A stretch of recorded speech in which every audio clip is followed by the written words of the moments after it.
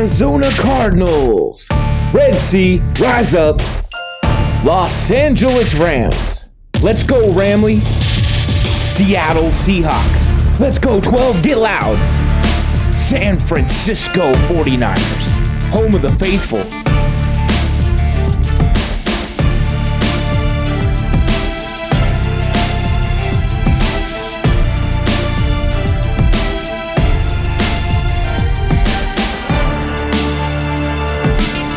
Quest for the West.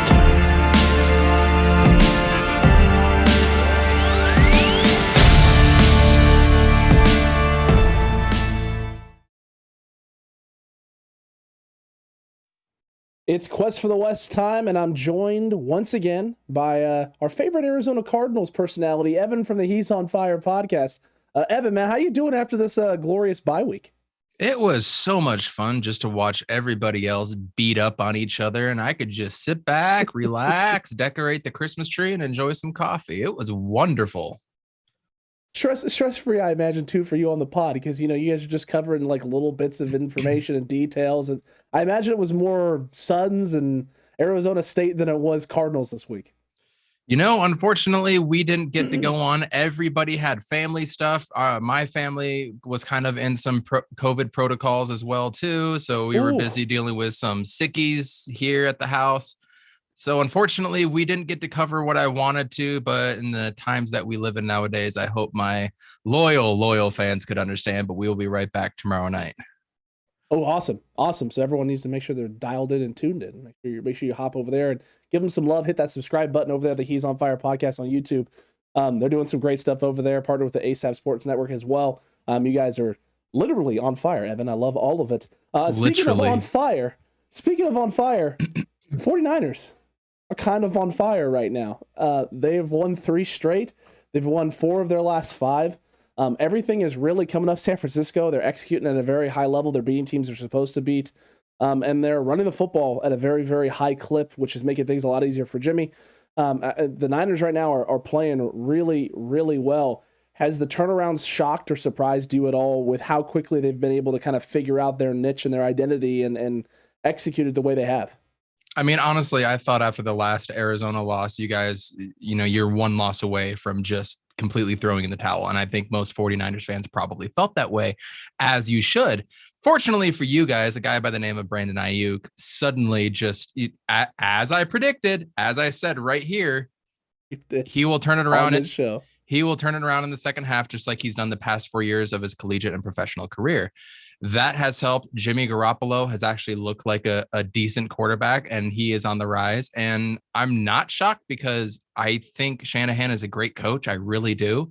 You guys have some amazing talent. You have great defensive line play, and you have George Kittle. So it was only a matter of time, but the longer it didn't happen, the more I was shocked. Does that make sense? Yeah, 100%. 100%. Because I feel a lot of 49ers fans felt exactly what you were saying right now. The longer the struggles happened, the more 49ers fans are like, is this not the team that we thought this was? We thought it was a talented football team with a lot of great pieces and a great coaching staff, and none of those pieces are working the way they're supposed to. Coaches aren't able to get the players dialed in, so maybe we don't have the pieces that we thought we did. It looks like it just took us a little bit longer to get going than the fans are used to with this team. So, listen, I'll take it. I'll take this team showing up and figuring out their identity and taking it to the Minnesota Vikings, really slowing down that run game. Really unfortunate Dalvin Cook's injury. Thank God it's not a knee. Ends up only being a dislocated shoulder. So him and the Vikings escape with a very, what seemed like a very scary injury at the time. And I was convinced it was his knee based on how his knee kind of flopped up in space at the end of that run. Ends up just being a dislocated shoulder. So he's going to miss a few weeks. But it couldn't come at a worse time for the Vikings, who are sitting there at the 7 seed and trying to fight off all the other teams in the NFC right now, trying to fight for a playoff spot. All that gunk from about 7 to 11, there's just everybody's just stuffed in right there. And it seems like nobody wants to grab that last spot in the playoffs. And then out of nowhere, here comes San Fran, and you guys are absolutely making a move. You guys did absolutely stuff Dalvin Cook as well, too. I mean, the dude was averaging just over 3 yards a carry in that game. Alexander Madison came in, and I thought he was going to be able to do a couple more things. Granted, Kirk Cousins, he's not the best of quarterbacks. Everybody knows that. You mean to tell me that he lined up under the guard? Oh my God, that was awesome to watch. Like, I'm so glad I wasn't a Vikings fan. That was incredible. Have you seen the meme of the Impractical Jokers? Say, hey, Kirk, now go under center. It's, hey, Kirk, now go under the guard and act like you're going to take the snap. And then it's Kirk Cousins underneath the guard, and then it's a panel of them all dying laughing. It's absolutely glorious. That was literally Willie Beeman. And if you guys don't know who Willie Beeman is, I can't help you. But do you know what I'm talking about, Alex? Oh, 100%, man. Any given Sunday. I know what's up. I know what's up. Thank you. So that was incredible to watch just from a fan's perspective. Again, I'm just chilling with my coffee. I'm in jammies all day and I don't have to worry about a damn thing. So that was fun to watch. I am curious about your thoughts on, I watched a couple streams since then. I watched the Sunday night stream, caught some during work today. Don't tell my boss, but Deebo Samuel, what's going on? Deebo Samuel is dealing with what looks to be a hamstring strain. Actually, technically, groin strain. So it's a groin strain. They're reporting it's very minor. Deebo, essentially on the play that he does it, he feels the groin start to tighten up, and rather than try and run it out with the 49ers were at the time in the field, he literally just slows himself down and goes down, and gets off the field because he knows, hey, this is not feeling too great.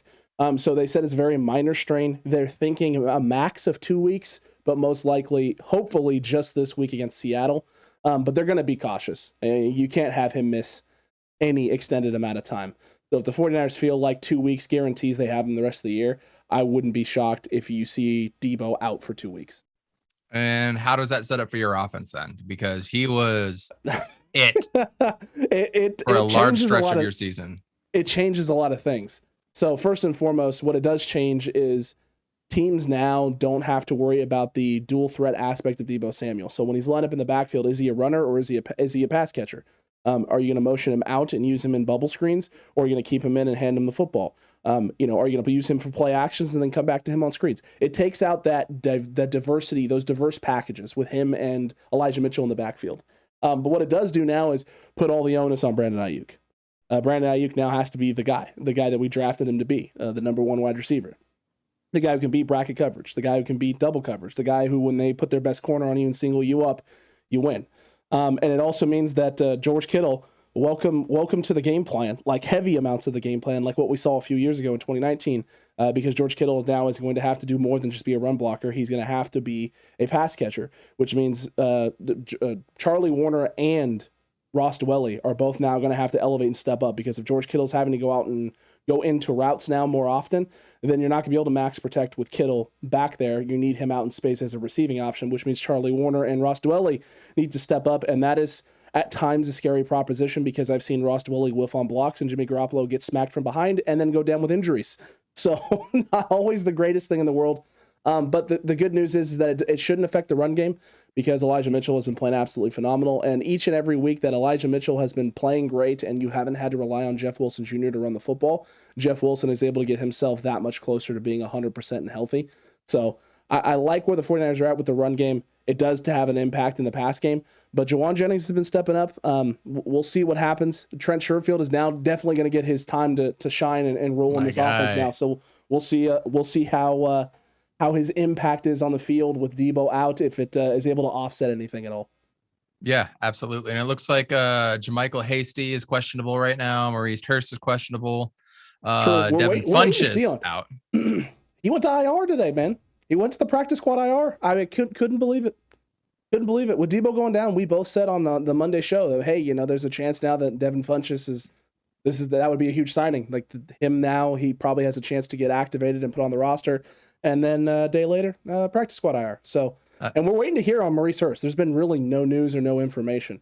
But I want to get your take on what the heck is going on in Seattle, because the Seahawks were everyone was thinking they had their bye week. They were going to come out of their bye.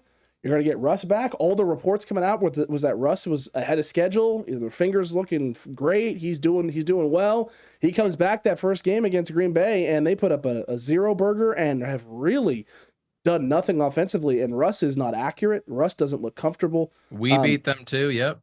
Yeah, you guys beat them after Green Bay, correct? Correct. and then the lose Monday night yesterday to the Washington football team. The season is pretty much all but done for Seattle at this point. Is this the end? Is this the end of the Russell Wilson, Pete Carroll era? You think so? Absolutely, without question. They should have gotten rid of Russell Wilson while he still had higher value in the offseason. Let's just start there. He should have been gone beforehand. He wanted to be out. Pete Carroll talked him into it. And the illustrious career of Pete Carroll is probably going to come to an end as well, too, because why do you want to go through a rebuild with a 70-year-old coach? And I'm not trying to be ageism or anything like that. I'm just saying this is what it is in the NFL, and that's what happens. You're not going to want to go through a rebuild. I mean, how long is a rebuild in the NFL? 2-3 years? They don't even have their first-round pick. I haven't looked past this year, but the Jets own that. Right now, the Jets have, what, the fourth and fifth pick? Yeah, it's not good for the Seahawks right now. No, you spend all of that money and equity in a guy like Jamal Adams, who's one of the worst cover safeties. You never, ever do anything to address that poorish offensive line since, what, 2012, 13, whenever that was? Yeah, about that time. What did you expect? They got lucky with DK. Could you imagine if they didn't pick DK? Oh. Like, how horrible would they have been the last few years without him? Lockett. Everybody knew Lockett out of K-State was going to be a rocket. You know, everybody knew what he was. The dude was on fire in college. One of my favorite players to watch. Goes to Seattle. He covered up so many holes for them, much like Russell Wilson did. Wilson covered up every little thing that was wrong with Seattle the past few years, even from a defensive standpoint. Just being able to get drives going down the field and get your defense off and rest and go and score. Okay, now you're only down 3. The defense is pumped up now. You know, you have the 12th man behind you. He did absolutely everything for them. And, you know, Carson being out almost the whole year doesn't help anything. Obviously, you guys know all about running backs not being able to play and how much that really affects you. But they just haven't done anything to build for their future, much like another team that we have in this division and the Rams. And, you know, if they don't win this year or next year, what are they going to look like too, you know? So, I mean, yeah. Oof. This is it for Seattle. I mean, this is it. Can you envision any star player, not star, let's say impact player, wanting to go to Seattle if this team stays here? Just like as is, like, no, you're not going to want to go there. And Russell Wilson wants out anyways. So this is it. And nobody on this podcast, except for Sam, is going to be sad about it. No one. That's true. I know I won't be. I know Sam definitely will be. And yeah, no, there's not a single person watching right now other than maybe some Seattle Seahawks fans who are going to be upset about that. And we appreciate those listening. So thank you. 100%. Definitely appreciate all of you guys listening out there. But yeah, as 49ers fan, as a Cardinals fan in yourself, Seattle has tormented the NFC West for a long time. All good things come to an end at some point, and this is looking like it's going to be that time. And let's talk about kind of their cocky nature back in the day as well, too, right? They had a swag about them. Yes, the Legion of Boom. I mean, look, I understand that. If you're going to be the biggest, baddest defense, you're going to go out there and you're going to be that defense. I get it. That's fine. But let's not forget all the BS that they pulled during that run against every team. Let's not forget all the fans talking smack in whatever Reddit stream that you want to talk about, Twitter, Facebook, whatever channel it is. We're not going to forget that either. There is absolutely zero love loss when Seattle finally fails, which they are this year, and they don't even get a first round pick. That's the game you play when you sign a guy like Jamal Adams or trade for him, excuse me. When you go all in and when you bet the farm on what you have like this, and like Seattle has done and like the Rams have done. I mean, let's not forget all of the moves they've made, all of the capital that they've given up. They've been trying to buy themselves a football team since Sean McVay went there. It's really is a tale of a lot of different organizations in the NFC West. You know, the Seahawks have done a really good job at drafting, but they've also done a really good job of signing free agents and making big trades and bringing guys in to shore things up. The Cardinals have been a team since Cliff Kingsbury's got there that's done a really good job of drafting certain types of players and then also going out and trading, not giving up the farm, but trading little bits and pieces to try Exactly. Get themselves and bolster their lineup and bolster their roster. You gave up a second for DeAndre Hopkins. I still don't know how that happened, but hey, you did it. You go out and sign JJ Watt in the offseason. So you guys have done things. Traded a second round pick for Chandler Jones, by the way. That's also traded true. Traded a fifth round pick for Kenyon Drake X amount of years back when we played you guys on the Halloween Thursday night game. Zach Ertz with the mostly recently as well too. Yeah, I mean, so you guys have, but you guys have never really. You don't give up the farm. You're not giving up the farm. You're making impactful moves without having to sacrifice a lot of your future in order to a lot of 1-year contracts, a lot of prove it deals, and that's worked to success too.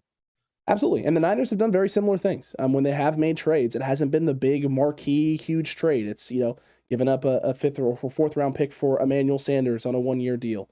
This offseason, all the 1-year contracts they gave to the D-line.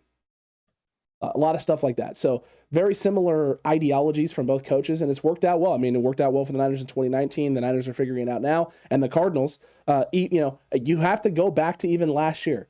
Last year, you guys started out red hot and then fell apart, but there were the signs of a dominant team back then, even last year. And you made more moves to bolster up. So that way, if you guys found that niche and that groove and that mold that you found yourself in now, that you could make the run that you're making right now, sitting at 9-2 atop the NFC, the number 1 seed outright.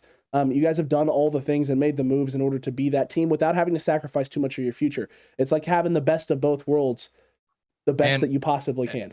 And how could I forget a 3rd round pick for Rodney Hudson? Ah, that's right, for the Raiders. Yes. Well, yeah, one of the best, if not the best, blocking centers in the league from a pass blocking standpoint. So. And we're extending guys too on the line. We're trying to go out and get a JJ Watt on a cheaper 2-year deal. We're trying to go out and get Rodney Hudson on a 5-year deal. That's not going to blow up the salary cap. We're doing a lot on the defensive line as well too. A lot of guys have been injured, but we brought in 3 rookies 2 years ago, and Zach Allen, Rashard Lawrence, and Lecky Fotu, and all of them are making an absolute impact to the point where Zach Allen is being called baby JJ Watt. So they're doing things on the lines. Well. Yeah. Believe it or not, I still believe football is one of the lines, period. And end of conversation. Defensive line, offensive line. That's why I thought San Francisco was going to be so daunting this year. I mean, no offense, no pun intended, because you guys had an amazing defensive line, however many years it's been. And football is one that way in the trenches. And the Cardinals have been able to get young players, get the 1-year players, get the prove it players, and make some smart financial trades, and then still have cap room to be able to go out and sign D-Hop to an extended deal and do things like that. So it's not just like a 1-year thing. And I'm not sure why the Rams think that's going to work 2-3 years down the road. Yeah, it worked for Jalen Ramsey. Nobody's going to say that, right? It worked with Jalen Ramsey, sure. Absolutely. But some of these other, I knew Von Miller and OBJ wasn't going to work. I just had that feeling. And it is, let's talk about it. Let's get into this, exactly what has happened, because since the trade, it has been an absolute implosion. A 28-16 loss to the Titans at home. A 31-10 loss to the 49ers in primetime. A 36-28 loss to the Packers. I guess the only good news, they've lost 3 straight since all the acquisitions. They have the star-studded lineup. Jalen Ramsey is going into pressers and talking about how this team is too talented to be losing these games like this, and we need to figure ourselves out. We need to correct this. The only good news for the Rams is you got the Jaguars this week at home. There's that. They have, let's see, one. They have 1 win. Are the Colts over 500 right now? Do you know off the top of your head? Top of my head. Or are they 500? They're exactly 500. I think they're 6-6. Okay, so they're 6-6. The Rams have 1 win, and that's against the Bucs in week 3 against a team that is over 500.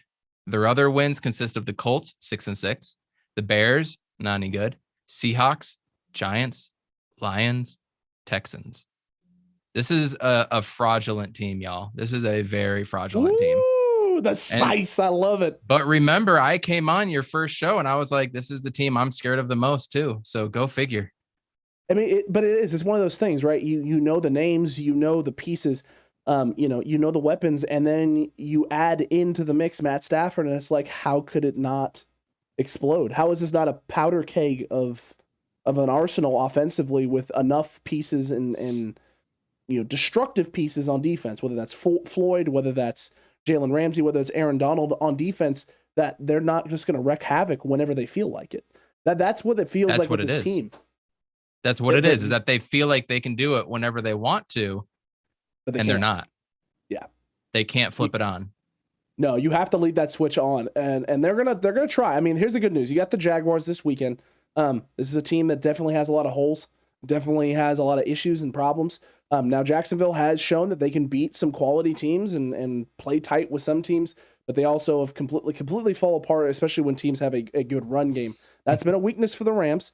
We'll see what happens. If they get themselves moving and going, next week's game against you guys on Monday Night Football is going to be a very interesting one, because the Rams can't afford to lose to the Cardinals again.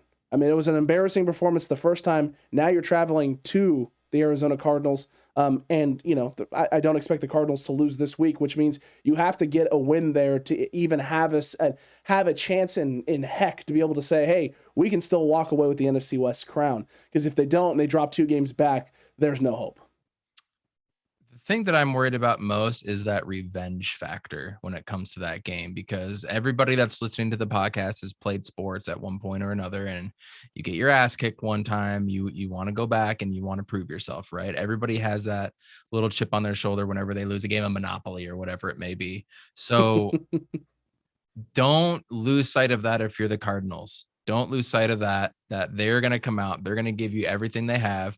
But this is also the Cardinals' time to shine on Monday Night Football, because I don't know how many power rankings you look at. There's a few that have the Cardinals up there. Everyone else is talking about the Packers and the Patriots and all these other teams. Meanwhile, we're sitting here, which we thought was arguably the best division in football. Turns out it still could be, but it's not as daunting as we thought, unfortunately, for all of our sakes. True. But we have our own chip on our shoulder too. So this is our time to go out on a Monday Night Football, go out and get that win against the Rams. But first, I mean, we got to go to the Windy City first. We got to do the 11 a.m. start time, and we got to deal with the Red Rocket up there and Andy Dalton too. How are you feeling? How are you feeling about that game? I think it's a get right game for the Cardinals. And when I mean get right, I'm hoping D-Hop and Kyler Murray both play. Everything that we've read today and that I've heard, that everybody's hopeful that all these dudes are coming back. We're starting to get healthy. After this week, Chase Edmonds is available to come off the IR. So we have Justin Pugh and Max Garcia, our interior guards, coming back, which is a great sign. So this is one of those, I think it's going to be a little iffy to start out, just because all these new pieces are coming back in and you got to get on the same page again. But I think overall we're going to be able to win this game and hopefully put in Colt McCoy in like the fourth quarter or something, and not let Kyler Murray do anything unnecessary at that point. I'm feeling good about it. I'm feeling confident, as we should be. It is the Bears. They are doing nothing but awful things right now, unfortunately. But any given Sunday, you never know. It's very true. It really is. The Cardinals have themselves I wouldn't say it's not an easy schedule, but it's also not a hard schedule. You guys got the Bears, you got the Rams. It's a favorable schedule. Absolutely. Favorable is the best way to put it, because you got the Lions too in Detroit. And then you play a Colts team that's been up and down, but has played a lot better recently. And then the Cowboys, a game that at the end of the season, everyone was kind of looking at with how the Cowboys started off and was being like, oh, that is going to be a shootout and a showdown. But the way the Cowboys have been playing right now, they're just trying to hold on to the NFC. They're just trying to hold on to the lead there in the NFC East. So we're going to see what happens with that. And then you guys finish out with the Seahawks, who by that point may be a complete shell of themselves by the time you get to that point of the season. That'll be a Colt McCoy special for sure. I would imagine so, especially with some of the injuries you guys have had at the positions you have. You guys want to be healthy going into playoffs. So that won't be a shock to me at all. And the Rams are a team that has a very interesting schedule as well, because they have a lot of NFC West games still to play. They have you guys, the Cardinals, not this upcoming week, but the next week. Then they play Seattle after that. They have the Vikings, who are going to be, at that point, really in the thick of the playoff picture. The Ravens, who are, still 8-3 somehow, some way, despite the roller coaster of a season that they're having. And then they're going to finish off the year with the San Francisco 49ers, which is a game that could be for the 5th seed overall. So very big contest, very, very big contest across the board for the Rams, a very tough schedule going forward.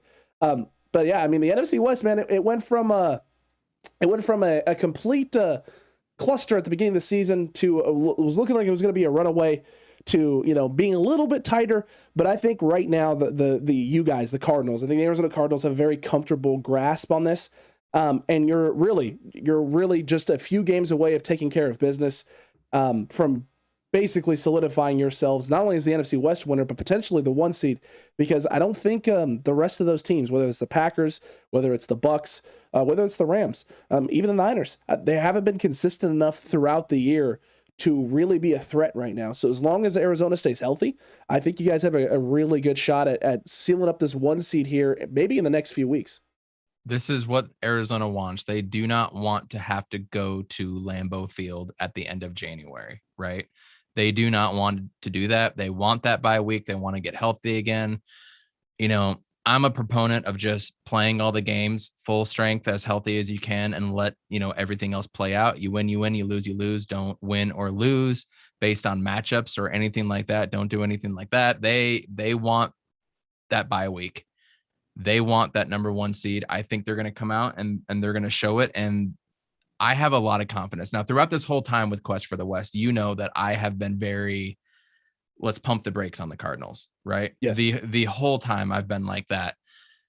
The mantra going around, and there's t-shirts made out of it and everything. Now, after we beat the Browns, JJ Watt is on the sideline. Remember, that was a game when we had COVID protocols, no head coach, lost like half of our offensive line. There's all these things going on against the Browns. We're picked to lose. We come out and just obliterate them. We stomped the life out of them, and they have been a shell of their self since we've played them, much like the Rams. The saying is, maybe we're just effing better. JJ Watt is going up and down. Nobody picked us, and talking to all the players. Nobody picked us for this. They didn't do us for this. And they're saying, maybe we're just effing better. And ever since that has come out, and, you know, everybody's hashtagging it on the team when they're tweeting or Instagram or something like that, it's just invigorated the whole culture in Arizona. And everybody is behind this team now. And you know what? Don't pick us. We don't want your support, but we're just effing better. And I love the mantra behind that. I love what they're doing. I'm a big believer in them now, but 1 game at a time, man. Just handle the Bears. That's all you can do, man. That really truly is. That's the way you have to approach it. And you know, a guy like JJ Watt, who's made playoff runs before, DeAndre Hopkins, who's made playoff runs before with Houston, they know that. They know, you know, it's 1 game at a time right now. All you can focus on and all you can worry about is the opponent in front of you. Because if you don't, you get up big like they did against the Kansas City Chiefs, and the Kansas City Chiefs come storming back. So you can only handle the opponent that's in front of you, focus on that, execute, do the best you can, and then, you know, move on to the next one after you take care of business. But it's all about taking care of business. The Cardinals have that mindset at 9-2. The Niners right now have started to find that mindset at 6-5, which is great because I'll tell you what, man, it's miserable. It's miserable being a 49ers fan when the 49ers are terrible because this fan base turns so fast sometimes. But right now, everything's moving well. Everything's clicking well for the 49ers. Things are looking great and getting much better for the Cardinals, who are getting healthier and healthier. And our 2 compatriots there, the Rams down there and the Seahawks across the way, not so much the case. They are definitely reeling right now, and they're going to try and find a way to climb this back together and salvage the second half of the season, because this could be both of these teams. If things don't go well for both of these teams, they could be very, very different looking teams next season, because not a lot of cap space for either, not a lot of draft picks for either, and a lot of tough choices to be made. Real quick, going to next week's game for you guys against Seattle, do you see any multiverse where you guys lose to Seattle? 100%, because there's no Fred Warner and no Deebo Samuel, and potentially no Dre Greenlaw. I mean, we're talking about a situation where the Niners roll with Azeez Al-Shaair and Demetrius Flanagan-Foles. I can't believe I'm saying that, at linebacker. And you know, Demetrius Flanagan-Foles has been a big question mark on all 22 films. It hasn't looked pretty. We're going to be watching the all 22 film after this from this last game and seeing him in there and watching him play, because PFF graded him at like an 82 or something in this game in like 14 snaps. So we're looking forward to seeing what Demetrius looked like, and, you know, should we be worried or should we not be?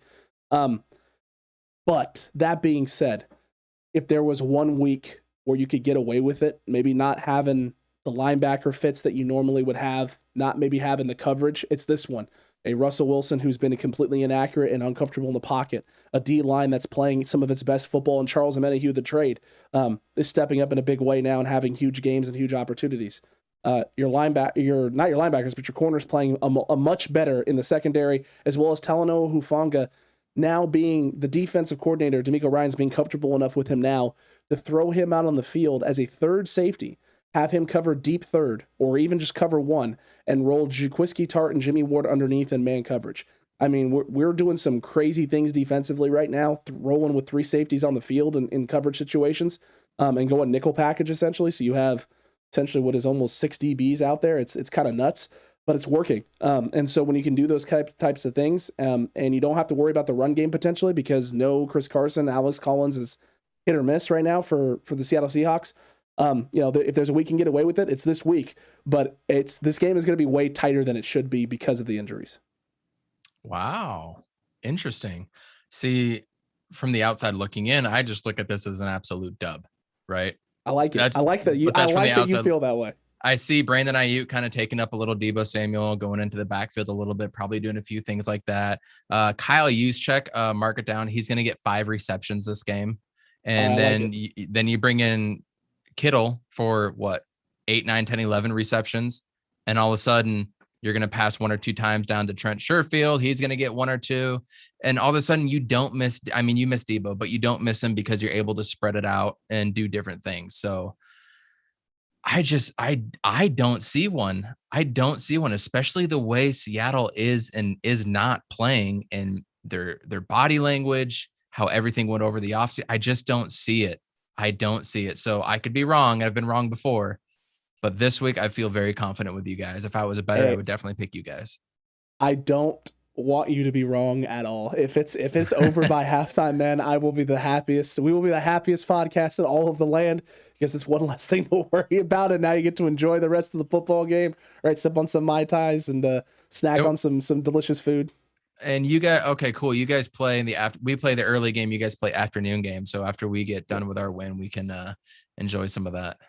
Exactly. You get to enjoy some of that matchup. No, this is going to be a blast this week. This week 13 is going to be chock full of everything. I mean, really everything. A lot of storylines to play out. Cardinals looking to secure and hold on to that 1 seed and put a stranglehold on the rest of the NFC West. And the Niners looking to keep their winning streak going, putting their winning streak to 4, move the Seahawks to 4 losses. And the Rams are going to be trying to bounce back and get another one in the win column and keep pace with the Arizona Cardinals. Because if they don't, they're going to put themselves into a position where they're going to be with the rest of the NFC competing for those bottom playoff spots. And the Rams, who would have thought that after the start to the season they had, that we could be saying the Rams are a loss away from competing with the rest of the NFC for a 6th or a 7th seed. Nuts, man. I got nothing for you. The more I think I know, the more I know I don't know. Absolutely. Hey, I feel you there. Evan, it's always a pleasure having you on, man. Let everyone know where they can find you.